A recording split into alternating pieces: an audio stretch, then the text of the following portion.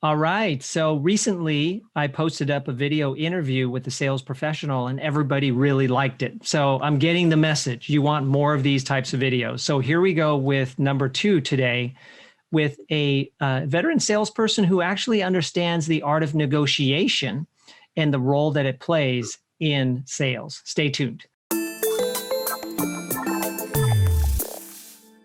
Well, welcome back. I am happy to have a special guest with us today, who is named Shane Ray Martin. So let me introduce Shane officially, and then we can get to the questions and learning from Shane. Shane Ray Martin is an enterprise account executive with a San Francisco-based technology company. He is passionate about the art of negotiation, and he's spent time in 41 countries. That's cool. So welcome to the show, Shane. It's a pleasure to be here, Michael, and looking forward to speaking with you today and hopefully providing a lot of value for everyone listening. Oh, I'm sure that they will get value because I know few people who understand negotiation and the intersection between negotiation and sales like you do. And I feel just as passionate as you about the topic, though I don't know as much about it as you do. So I'm looking forward to asking you some great questions and digging into your knowledge. Perfect. So let me start with the first question, Shane. I want to go back a little bit and hear about your first sales job. Tell us about it. My first sales job was working for a solar company in Arizona. So as you can imagine, since there's sun so much there, and I know you spent some time in Arizona too, Michael, that business was booming. And so there was a lot of opportunity. Although I wasn't very good when I originally started. In fact, I started out at the very, very bottom of the 67 people on the sales team and slowly worked my way up selling solar panel after solar panel. And it was the hardest job I've ever had, but it was the most fun and rewarding job too. Interesting. We have a few things in common. As you pointed out, I have lived in Arizona as well. That's where I went to high school and college. And I tried to sell solar units in Tucson, Arizona as one of my first sales jobs. I failed miserably, and it's one of my best failure stories, but this show's about you. So we'll leave that out for now. So why did you choose sales over other jobs that you could have gone into? Well, growing up, I played sports, and I think that there is a direct connection with competing in sports and also competing in sales. So naturally, that's one of the reasons why I got into sales, is because I was so used to competing and, like you said, failing as well. Specifically, when I played baseball, and when I knew that I wasn't going to, go play professionally, I knew that I needed to do something else that would bring me life. And so naturally, it's just something I kind of fell into, where I could compete with others, but also I had friends doing it as well. And I saw essentially the money that they were making, the opportunity that they were creating for themselves, and more importantly, the people that they were helping. So when I saw that, I thought, well, why can't I do that for myself? So instead, I actually went and got my pilot's license and then eventually fell into sales. So it's been a roller coaster of ups and downs. And so naturally, I just landed into sales, and I do it and love it because you're competing, and also because of the connections and relationships you can build too. That's great. I feel like that's what you've said are many of the reasons why people enter into sales. They love competing. They love helping others. They like to make money. They have friends in the field as well. These are all good reasons.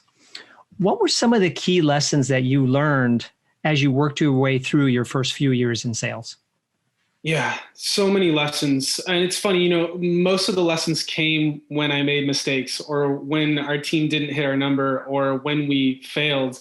And one of the most invaluable lessons that I've learned recently within the last year working in technology sales is that we have to give more than we get. And I've learned that when we give, we sort of we magnetize ourselves. We attract more opportunities with other customers. We get more referrals if we're willing to go the extra mile for the customer. But the only way that we know how to go the extra mile and give more is if we ask thoughtful questions that are relevant to figure out what the person cares most about. Because I think in sales, when you know what they care most about, then you can give more. Interesting. So, so I'm hearing a couple of things here. One is to have the giver's mindset, and I know you and I both like the Go Giver from Bob Berg. We share That's a great book. we share that book in common, the appreciation for it. I'm also hearing that you have to ask good questions, and by asking good questions, then you're uncovering what they care about, and so you're putting their interests first, and pursuing serving them. Anything else that you would add on to that? Yeah, I would also say for the salespeople listening, sales is the industry as a whole is really hard. It's really True. challenging. I mean, the rejection is just so overwhelming sometimes. I've had times where I'm working a large enterprise contract and I thought that it wasn't even going to happen. I had like very little faith that it was going to close, but that's the wrong approach. The right approach is to be optimistic, is to be do things that are going to essentially put you in a position to feel optimistic, whether it's working out or reading or taking care of yourself. I mean, one of the biggest lessons, the other lesson I've learned in sales is like, you have to love yourself. You have to appreciate yourself, because then that's ultimately going to put you in a mindset to help others better. So when it comes to competing, I don't actually think that when I was doing the solar panel company, starting at the very bottom, working all the way to the top, I actually wasn't competing with anyone. I was competing with myself. And I think in order to do that well, you have to love yourself too. That is so interesting, Shane, because just recently I posted up a video on my channel about who is your real competition right now. And I proposed in the video that it's customers doing nothing, that's your real competition right now, because a lot of customers are just sitting on their budgets, waiting out the pandemic and waiting to see what happens before they make expenditures. But I also really like your idea that your biggest competition might be yourself and the language that you're sharing with yourself in your mind, right? That if you don't stay optimistic, then your chances of being more creative and coming through with a different approach to closing a sale, keeping a conversation going, might be cut off. So I agree with that. That's a really great answer. Yeah, definitely. So I want to switch now to talking a little bit about negotiation, because as I said in the intro, you're passionate about that. Why have you invested so much of your time studying negotiation? Yeah, negotiation. Yeah, it's what I'm born to do. I love it. I always have. Growing up, going to garage sales, my mom would drag me along, and that sort of thing as a kid excited me to go negotiate over some random item that I probably didn't even need. And I would come home, spending my allowance on something that like I didn't actually need. It wasn't about the item. It was about the conversation. It was about the connection. It was about the opportunity to essentially, in a way, help someone see your perspective and get more of what you want. I think a lot of things in life are negotiations. A lot of us don't see them in. And Chris Voss, the author of Never Split the Difference, talks about the most dangerous negotiation is the one that you're not in. And I think we're constantly in negotiations. And so one of the reasons why I've focused so much on it is because it's so relevant to so much of what we do in our lives. And I intend on being really great at it, but know that in order to get to that level, you have to go through hard stuff. You have to go through negotiations, and you have to go through difficult conversations. And so I think always the best things are on the other side of difficult conversations. And that's one thing I've learned from the American Negotiation Institute, is that the best things are always on the other side of difficult negotiations. So I think we should run towards what's difficult and not run away from it. The best things are on the other side of difficult conversations. And that has much to do with just life in general, that a success principle in life, I think, because critical relationships are going to encounter difficult conversations at times.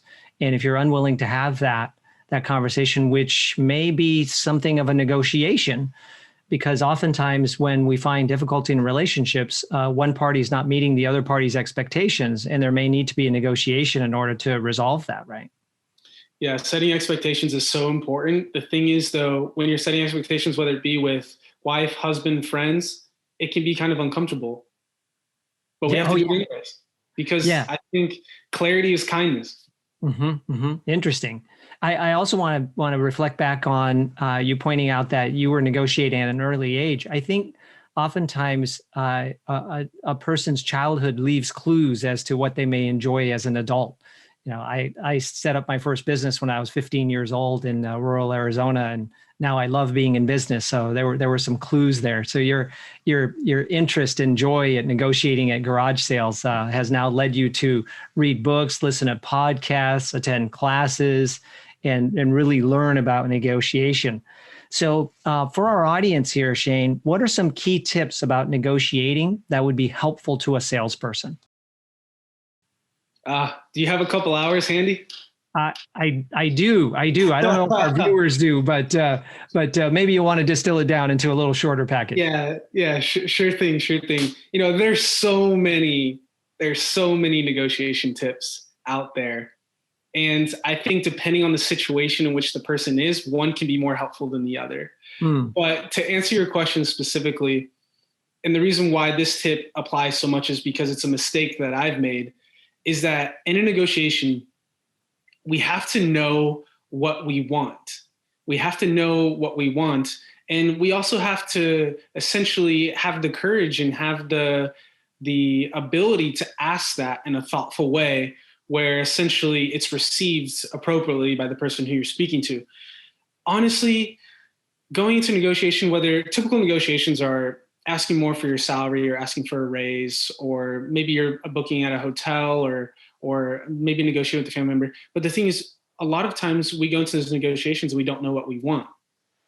And so once you know what you want as the first tip, the second tip is there has to be some sort of exchange typically in a negotiation. Like if you're going to do something for someone else in a business relationship, you should be prepared to know what you want and ask for it.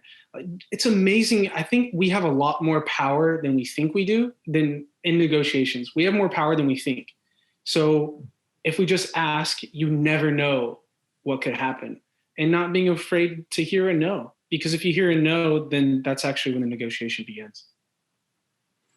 So that's interesting, Shane, because in sales, we don't think of asking for much except for the order, right? That's one of the best closing techniques, is simply asking for the order. But what else would you ask for? So when you say you need to have boldness when you go into a negotiation and ask for what you want, so what would a salesperson ask for in terms of what they want? So many things. Referral. So maybe someone within the company that you know could be a good fit for your product or your service. Maybe even someone outside the company. So an external referral, internal referral. You could ask for a meeting with the decision maker. Gosh, there have been deals that have taken, it's been just deadlocked for 6 months. Just no action, nothing happening. And then the moment we get the decision maker on the call, it's done within 30 minutes. I should have done that 6 months ago, but I didn't ask. And so there are a lot of things that you can ask for in exchange, but one of them certainly being asking for a referral for more business, which I'm getting worked up because I think a lot of people don't do this. So referrals and also asking for a decision maker. I mean, you can ask for 2-year commitment, 3-year commitment. That way your commission or the deal can be more beneficial to your company. So it's amazing what could happen if you just, like you said in the beginning, are creative and come up with solutions. That's kind of what negotiation really is.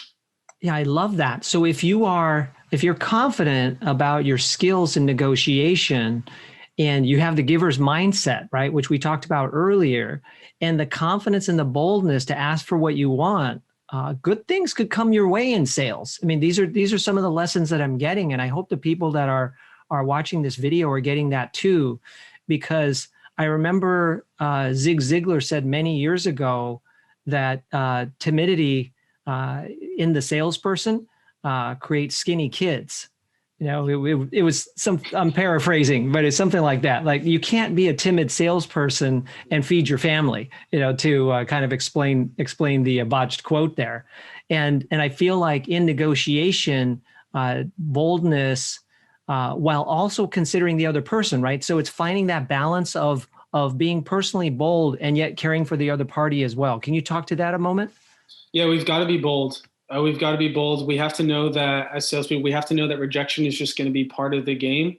And I would say that because we know that, to place mechanisms in your life to essentially kind of counterbalance that or counteract that, whether it be making sure that you have vacation blocked off on your calendar, or whether it be making sure your computer is closed at 6 p.m., 5 p.m., and really setting boundaries. I think setting boundaries sets you up for success as a salesperson. And I get it. I've been in situations where I didn't want to ask a tough conversation in a negotiation, or excuse me, ask a tough question in a negotiation for the fear of what they might think of me. I mean, I'm constantly thinking about that in a negotiation. But the thing is, like, we really have to try our best to compartmentalize those fears of something not working out. Because the thing is, what's the worst that could happen? They say no.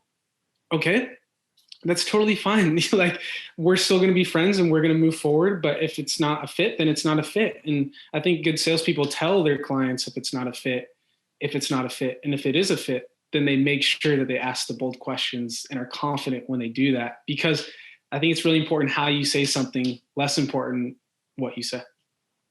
I totally agree with that. So are there any helpful resources that you'd like to share for others who would like to start down the path of learning the art of negotiation? Yeah, 100%. If you haven't read the book, Never Split the Difference by Chris Voss, highly recommend that book. That book changed my life and put me kind of on a trajectory of where I am now. So I'm very grateful for that. It's a really excellent resource. And then also there is a organization called the American Negotiation Institute that has free guides to negotiating. It essentially gives you a checklist and tells you what to do in a negotiation. It's called the American Negotiation Institute. And then there's guides. So if you're going to go purchase a new house or a new car, there's a guide for that. And you really just fill it out and then you're prepared and ready to go. And that has been really helpful for me as well. The third and final thing is there's a post on LinkedIn that I posted that is 35 ways to close a sales deal faster. And I highly recommend reading that, because if you want to close deals before the quarter ends or before a certain deadline, there are a few tips and tricks in there from other salespeople. It's not just me who have pitched in and contributed. And that article is really helpful. And it tells you basically exactly what to say. So I'm not saying copy and paste it, but I mean, you can copy and paste it and put it in your own words and make things happen.